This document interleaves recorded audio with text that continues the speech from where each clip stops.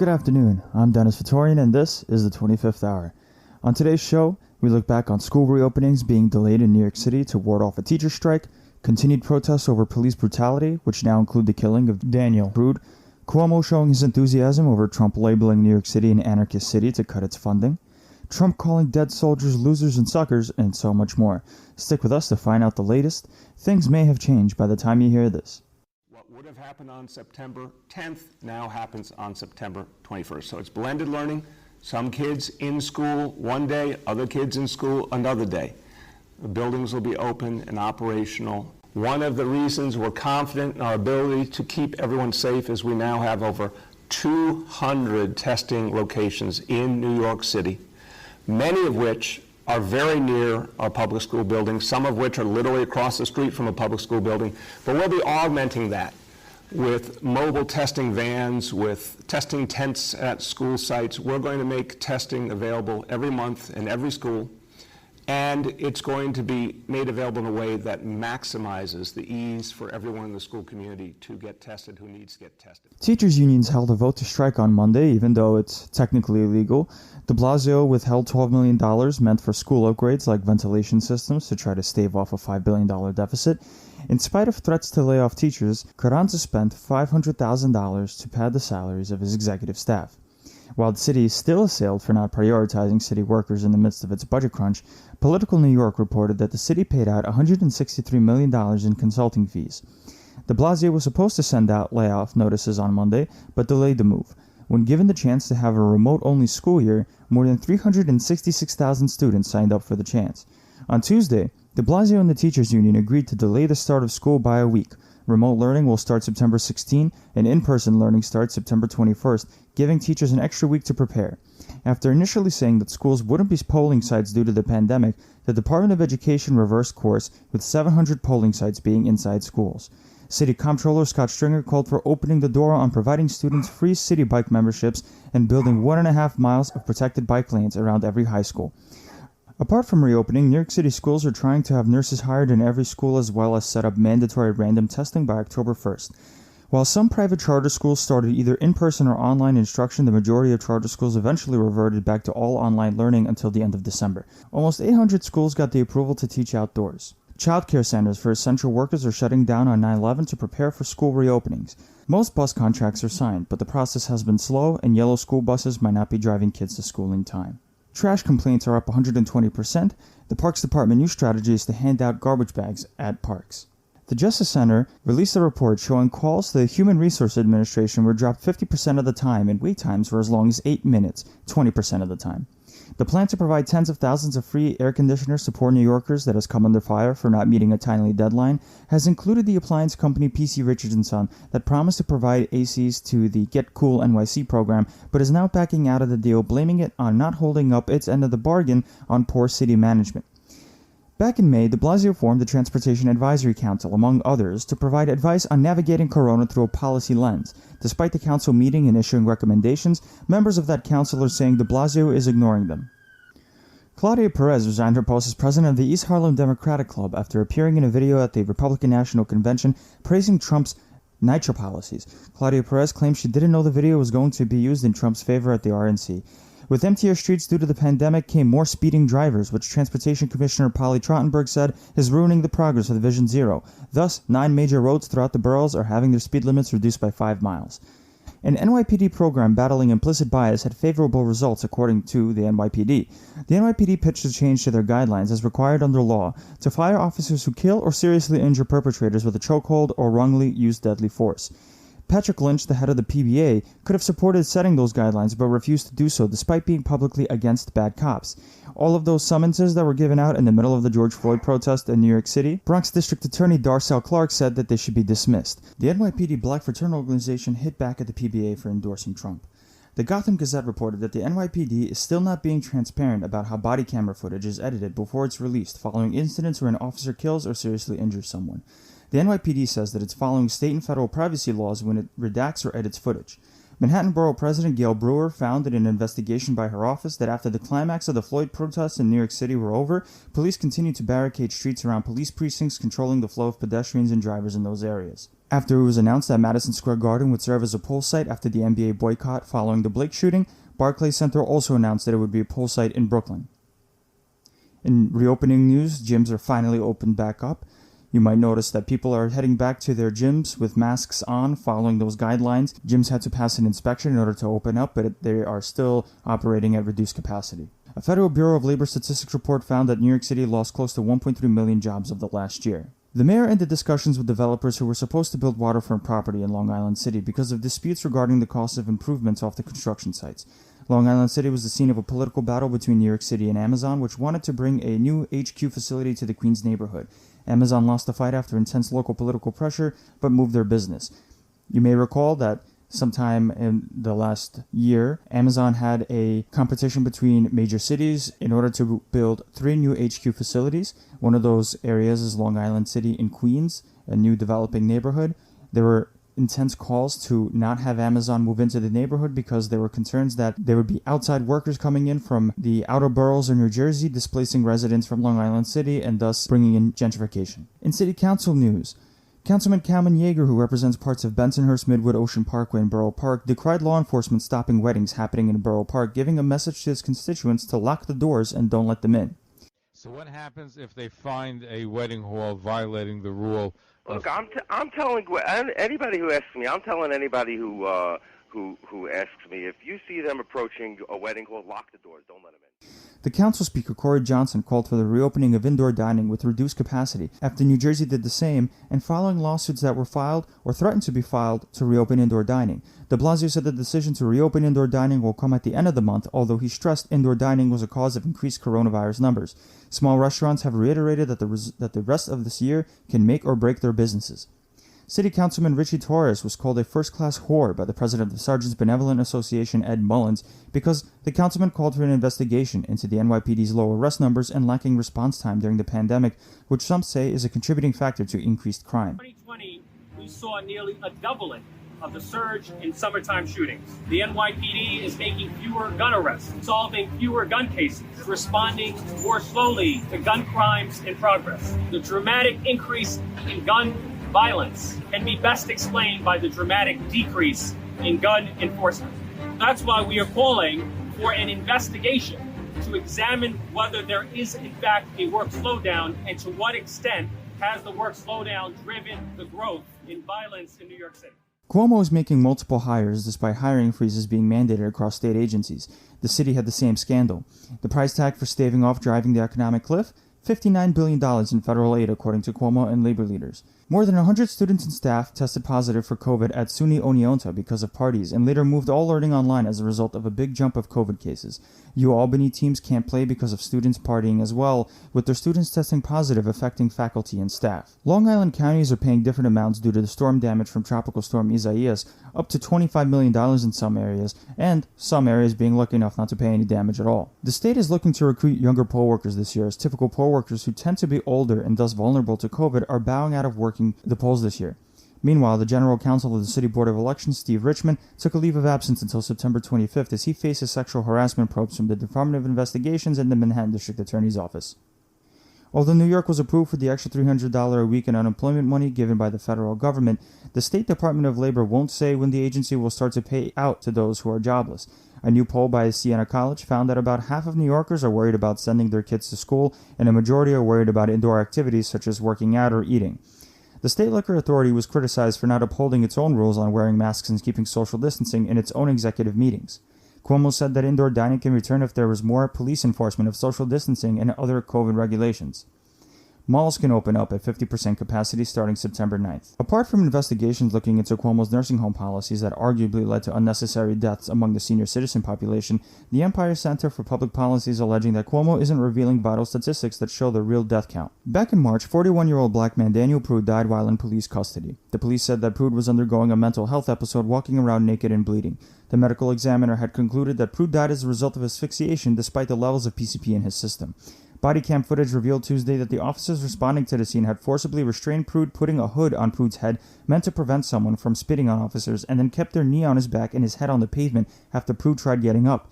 Community members continue to protest, and there is still an ongoing investigation by the state attorney general's office. 7 officers involved with the episode were suspended with pay. Protests extended into New York City, with the driver of a black Ford Taurus ramming into protesters and cyclists Thursday night at Times Square. Prisoners who are in danger of being sick and dying due to COVID have been released at the start of the pandemic, but staff are still required to report to work at the same levels.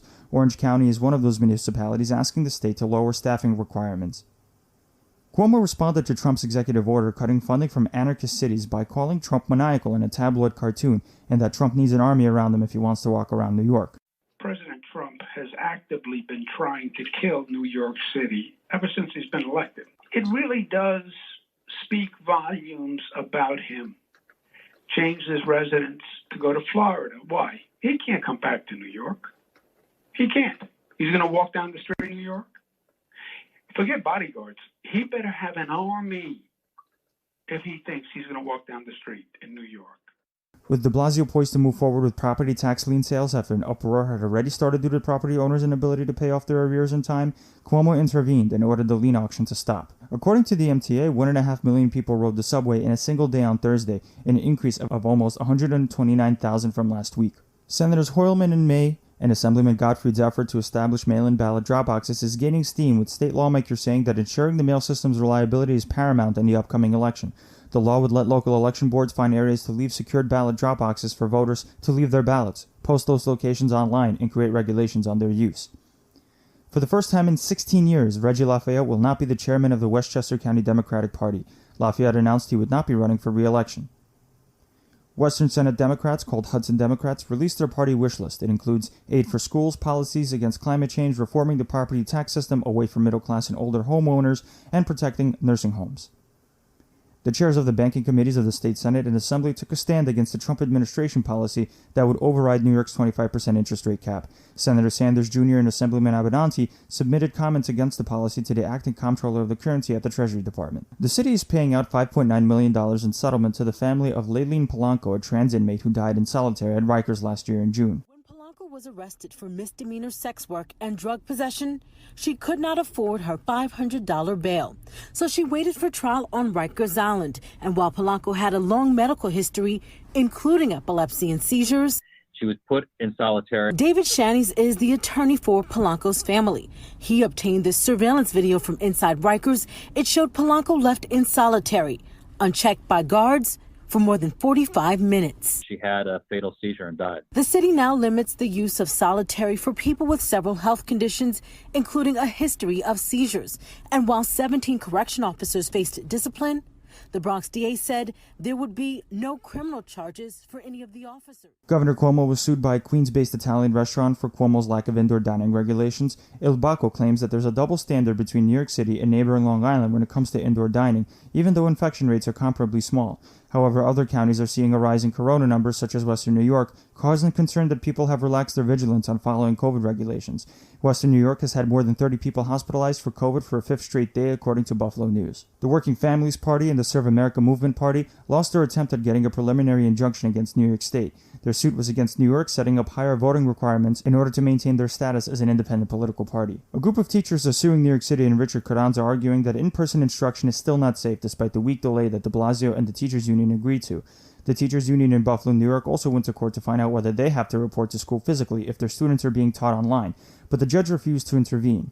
With state aid being withheld, upstate schools are facing steep layoffs and budget cuts in areas such as Albany, Schenectady, and Rochester. The Court of Appeals, the state's highest court, reversed a police traffic stop which led to an officer discovering marijuana and a gun in someone's car. The court said the officer's traffic stop in 2014 lacked an objectively reasonable suspicion that a crime occurred or that there was probable cause a traffic infraction occurred, 2 requirements necessary to then conduct a search incident to an arrest. The officer conducted a license check which only returned a notice saying the car was impounded before, which could have happened for a variety of reasons, the court reasoned. After the officer checked the plates, the officer said that they noticed a joint in the middle console and a gun under the driver's seat. Since the search was unlawful, anything discovered after the fact is fruit of the poisonous tree in legal parlance and isn't admissible in court. Protesters and legal observers who were allegedly injured after a police ambush at a Bronx protest are suing the police after the mayor refused to discipline the officers. The federal courthouse in Brooklyn temporarily shut down on Friday after a cluster of guards tested positive with coronavirus. On Thursday, The Atlantic published an article that cited 4 off-the-record sources with first-hand knowledge that said Trump refused to visit a World War I cemetery in France because it's filled with losers. The report said that Trump later called the 1,800 dead Marines suckers for getting killed. The report also mentioned that Trump refused until the last second to fly flags at half-staff after the death of Senator John McCain, a prominent war prisoner, and that Trump said he didn't want to support that loser's funeral. Trump vehemently denied the story and denied ever calling John McCain a loser despite tweeting that exact line, and here he is calling him a loser in 2015. Supported him. He lost. He let us down. But, he lost. So I never liked him as much after that because I don't like losers. But Frank, let me get to it. He hit me. He's not a war hero. He's a war hero. He's a war hero. 5.5 years. He's a war hero because he was captured. I like people that weren't captured, okay? I hate to tell you. At the time in 2018, Trump said that the trip to the World War I cemetery was canceled because of the weather and paid his respects to a different World War I American cemetery the next day. Biden reacted to the story by calling the alleged comments pretty astounding and disgusting.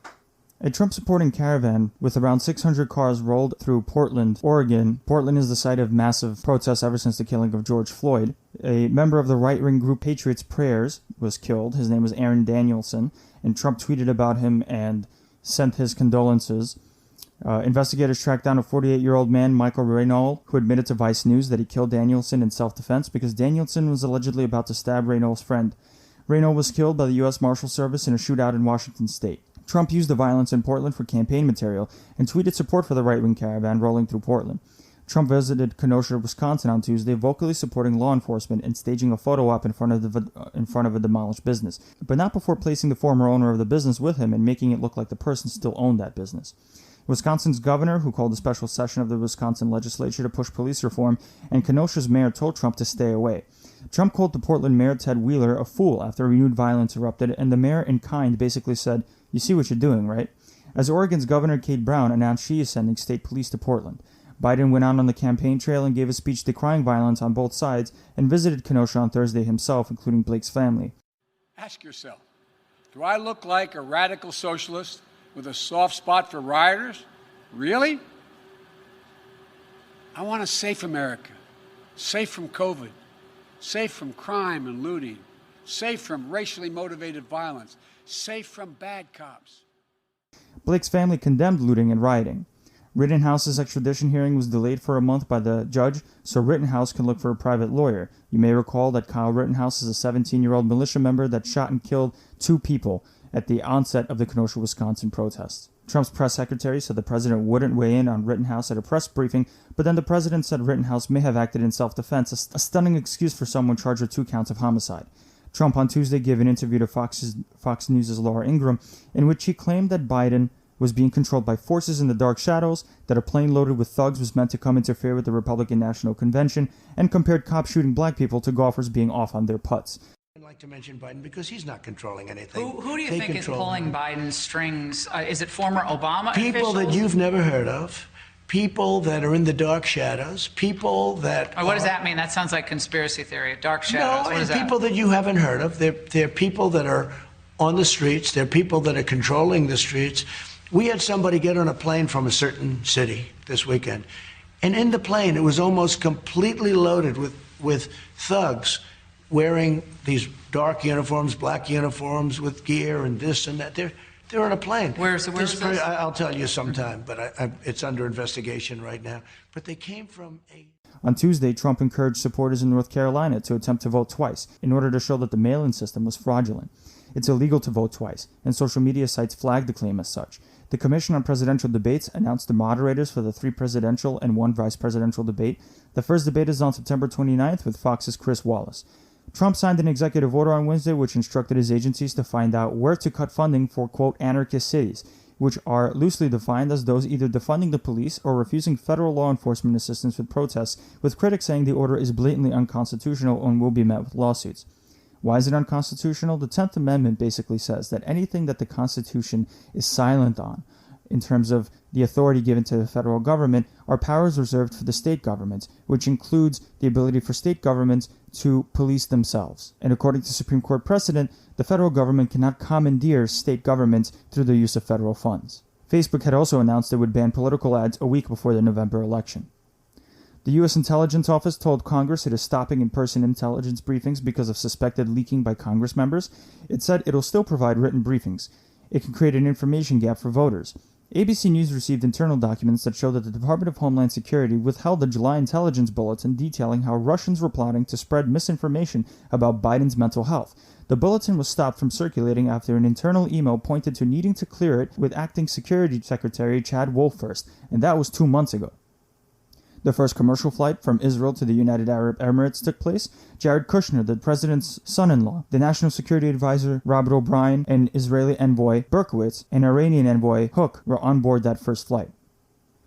China's regulatory requirement that there be tighter restrictions on artificial intelligence exports threw a wrench in the talks to sell TikTok. Trump put a deadline of September 15th for the deal. Meanwhile, the U.S. declassified economic assurances that the government made to Taiwan, an independent island off China. China asserts that Taiwan is still part of China even after Taiwan declared itself independent of China's rule ever since Japan relinquished Taiwanese control after World War II.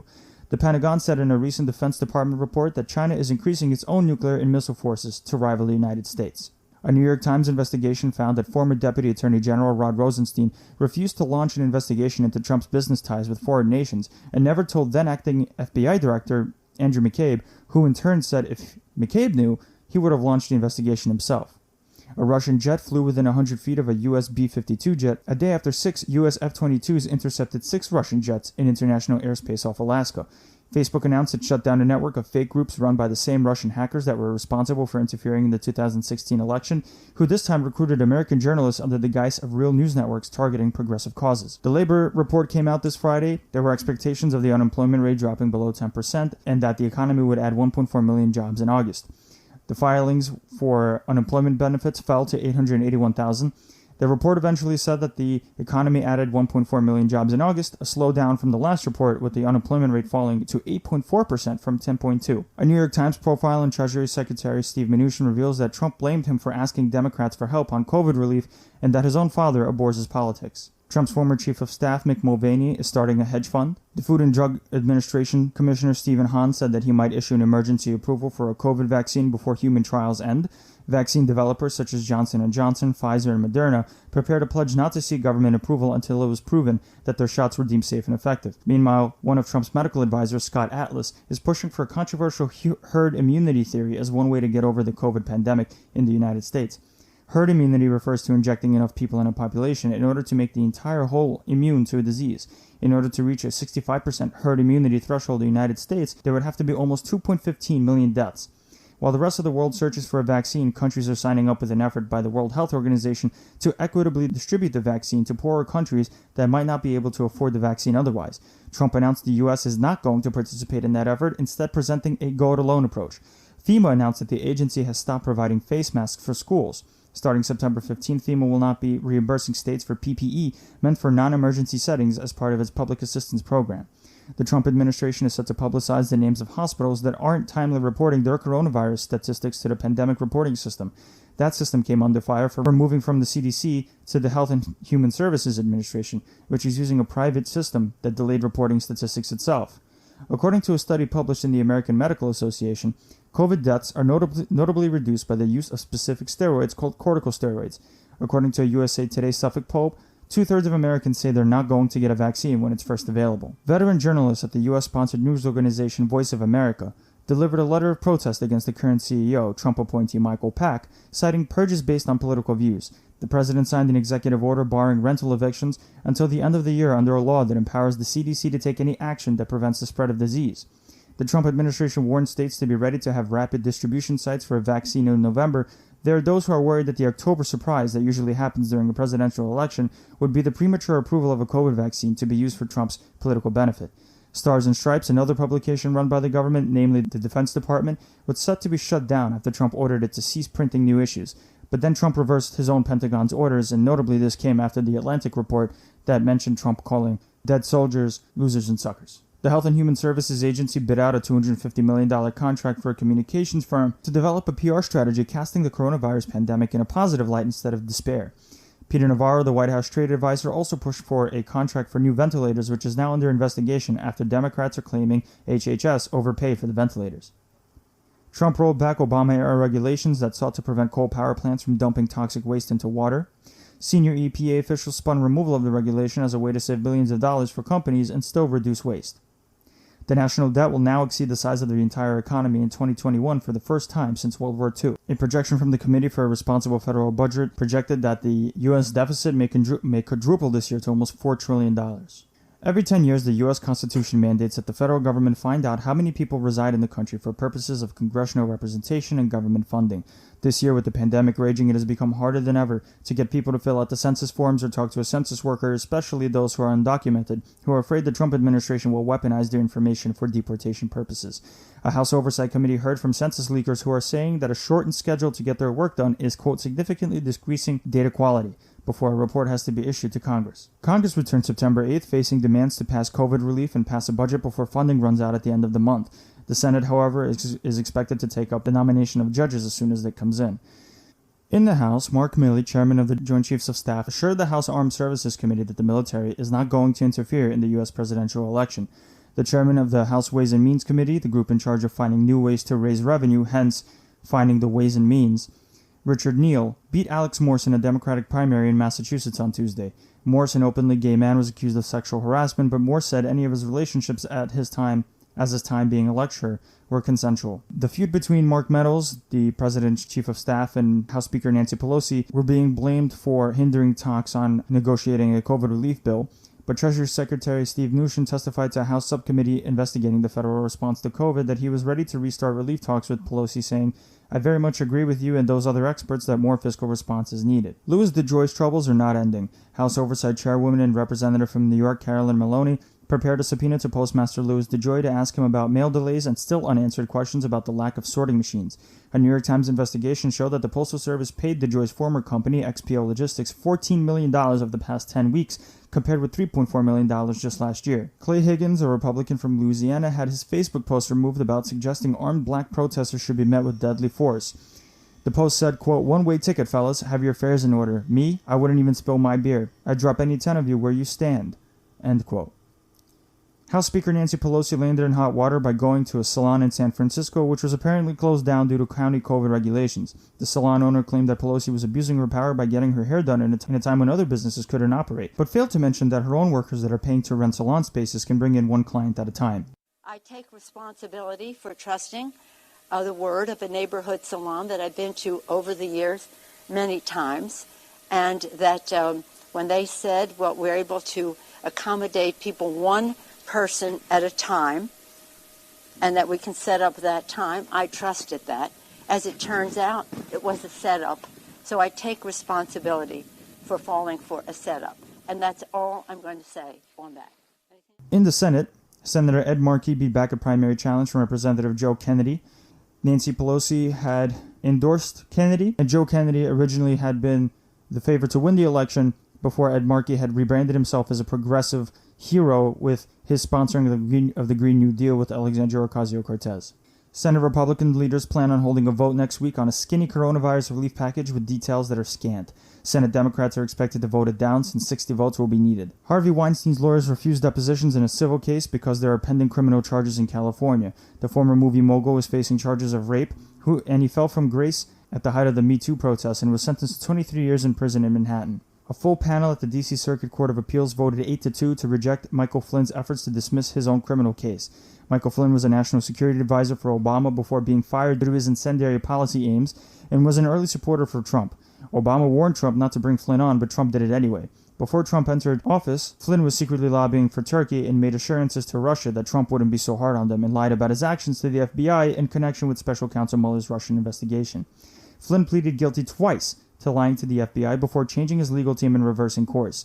The Attorney General Bill Barr got involved and pressured his prosecution team to dismiss the case, but the lawyers resigned instead. New prosecutors moved to dismiss the case anyway, but D.C. District Judge Emmett Sullivan declined to allow the dismissal, which set up its own legal arguments. Sullivan appointed an outside counsel, former Judge John Gleeson, to argue against the dismissal and investigate whether Flynn committed perjury by pleading guilty earlier. The D.C. Circuit Court of Appeals also ruled 2-1 that the House of Representatives did not have the power to have the court enforce Congress's subpoena, reasoning that because there isn't a law that compels the court to enforce a congressional subpoena, the House is out of luck.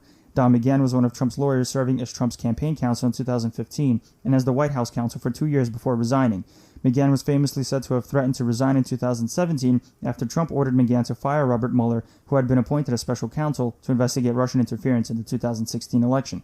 The former White House lawyer cooperated with Mueller's investigation but refused to testify in front of the House of Representatives when it launched Trump's impeachment proceedings. Trump was impeached as a result of his efforts to tie congressional funds for Ukraine in exchange for Ukraine's support for the president's re-election, and then obstructing subsequent investigations by refusing to comply with documentary requests and rejecting subpoenas. A trial date was tentatively set for Steve Bannon, the president's former chief strategist, who allegedly swindled $1 million out of donations meant to build the president's border wall.